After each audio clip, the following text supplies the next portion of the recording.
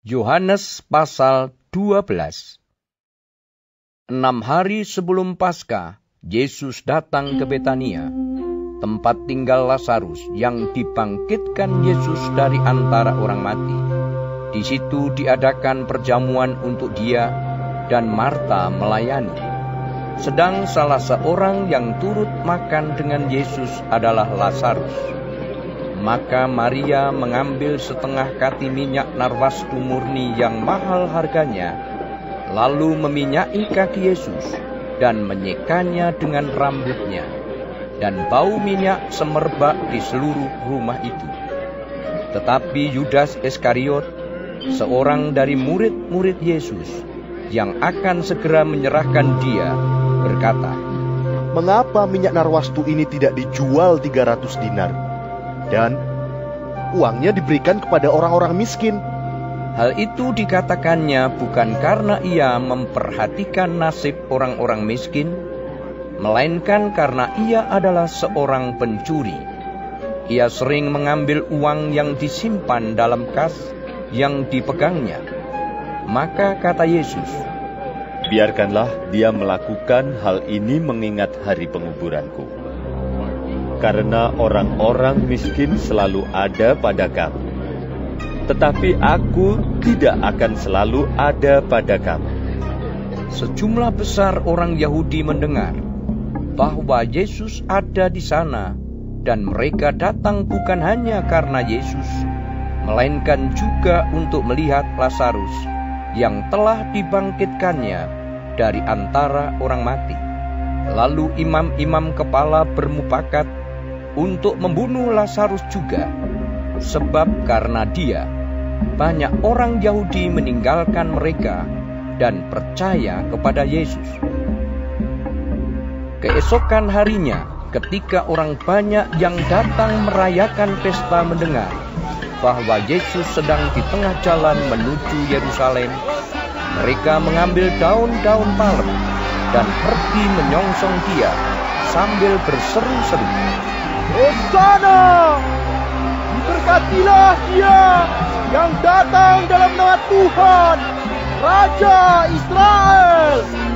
Yesus menemukan seekor keledai muda, lalu ia naik ke atasnya, seperti ada tertulis, "Jangan takut, hai putri Sion. Lihatlah, Rajamu datang, duduk di atas seekor anak keledai." Mula-mula murid-murid Yesus tidak mengerti akan hal itu. Tetapi sesudah Yesus dimuliakan, teringatlah mereka bahwa nas itu mengenai dia, dan bahwa mereka telah melakukannya juga untuk dia. Orang banyak yang bersama-sama dengan dia ketika ia memanggil Lazarus keluar dari kubur dan membangkitkannya dari antara orang mati, memberi kesaksian tentang dia. Sebab itu orang banyak itu pergi menyongsong dia, karena mereka mendengar bahwa ia yang membuat mujizat itu. Maka kata orang-orang Farisi seorang kepada yang lain, "Kamu lihat sendiri bahwa kamu sama sekali tidak berhasil. Lihatlah, seluruh dunia datang mengikuti dia." Di antara mereka yang berangkat untuk beribadah pada hari raya itu, terdapat beberapa orang Yunani. Orang-orang itu pergi kepada Filipus, yang berasal dari Betsaida di Galilea, lalu berkata kepadanya, "Tuan, kami ingin bertemu dengan Yesus." Filipus pergi memberitahukannya kepada Andreas. Andreas dan Filipus menyampaikannya pula kepada Yesus. Tetapi Yesus menjawab mereka, katanya, "Telah tiba saatnya Anak Manusia dimuliakan. Aku berkata kepadamu, sesungguhnya, jikalau biji gandum tidak jatuh ke dalam tanah dan mati, ia tetap satu biji saja. Tetapi jika ia mati, ia akan menghasilkan banyak buah. Barang siapa mencintai nyawanya, ia akan kehilangan nyawanya. Tetapi barang siapa tidak mencintai nyawanya di dunia ini, Ia akan memeliharanya untuk hidup yang kekal. Barang siapa melayani aku, ia harus mengikut aku. Dan di mana aku berada, di situ pun pelayanku akan berada. Barang siapa melayani aku, ia akan dihormati Bapa. Sekarang jiwaku terharu, dan apakah yang akan kukatakan? Bapa, selamatkanlah aku dari saat ini? Tidak, sebab untuk itulah aku datang ke dalam saat ini. Bapa, muliakanlah namamu. Maka terdengarlah suara dari surga, Aku telah memuliakannya, dan aku akan memuliakannya lagi. Orang banyak yang berdiri di situ dan mendengarkannya berkata bahwa itu bunyi guntur. Ada pula yang berkata, Seorang malaikat telah berbicara dengan dia. Jawab Yesus, Suara itu telah terdengar bukan oleh karena aku, melainkan oleh karena kamu. Sekarang berlangsung penghakiman atas dunia ini. Sekarang juga penguasa dunia ini akan dilemparkan keluar. Dan aku, apabila aku ditinggikan dari bumi, aku akan menarik semua orang datang kepadaku. Ini dikatakannya untuk menyatakan bagaimana caranya ia akan mati. Lalu jawab orang banyak itu, Kami telah mendengar dari hukum Taurat bahwa Mesias tetap hidup selama-lamanya. Bagaimana mungkin engkau mengatakan bahwa anak manusia harus ditinggikan? Siapakah anak manusia itu? Kata Yesus kepada mereka, Hanya sedikit waktu lagi terang ada di antara kamu.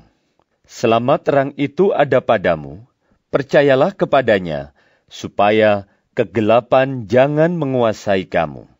Barang siapa berjalan dalam kegelapan, ia tidak tahu kemana ia pergi. Percayalah kepada terang itu, selama terang itu ada padamu, supaya kamu menjadi anak-anak terang. Sesudah berkata demikian, Yesus pergi bersembunyi dari antara mereka. Dan meskipun Yesus mengadakan begitu banyak mujizat di depan mata mereka, namun mereka tidak percaya kepadanya, supaya genaplah firman yang disampaikan oleh Nabi Yesaya. Tuhan, siapakah yang percaya kepada pemberitaan kami? Dan kepada siapakah tangan kekuasaan Tuhan dinyatakan? Karena itu mereka tidak dapat percaya, sebab Yesaya telah berkata juga, Ia telah membutakan mata dan mendegilkan hati mereka, supaya mereka jangan melihat dengan mata dan menanggap dengan hati, lalu berbalik, sehingga aku menyembuhkan mereka. Hal ini dikatakan oleh Yesaya, karena ia telah melihat kemuliaannya dan telah berkata-kata tentang dia. Namun banyak juga di antara pemimpin yang percaya kepadanya, tetapi oleh karena orang-orang Farisi, mereka tidak mengakuinya berterus terang, supaya mereka jangan dikucilkan. Sebab mereka lebih suka akan kehormatan manusia daripada kehormatan Allah. Tetapi Yesus berseru, katanya, Barang siapa percaya kepadaku, ia bukan percaya kepadaku, tetapi kepada Dia yang telah mengutus aku. Dan barang siapa melihat aku, ia melihat Dia yang telah mengutus aku. Aku telah datang ke dalam dunia sebagai terang, supaya setiap orang yang percaya kepadaku jangan tinggal di dalam kegelapan. Dan jikalau seorang mendengar perkataanku, tetapi tidak melakukannya, aku tidak menjadi hakimnya. Sebab aku datang bukan untuk menghakimi dunia, melainkan untuk menyelamatkannya. Barang siapa menolak aku, dan tidak menerima perkataanku, ia sudah ada hakimnya, yaitu firman yang telah kukatakan, itulah yang akan menjadi hakimnya pada akhir zaman. Sebab aku berkata-kata bukan dari diriku sendiri, tetapi Bapa yang mengutus aku, dialah yang memerintahkan aku untuk mengatakan apa yang harus aku katakan dan aku sampaikan. Dan aku tahu bahwa perintahnya itu adalah hidup yang kekal. Jadi, apa yang aku katakan, aku menyampaikannya sebagaimana yang difirmankan oleh Bapa kepadaku.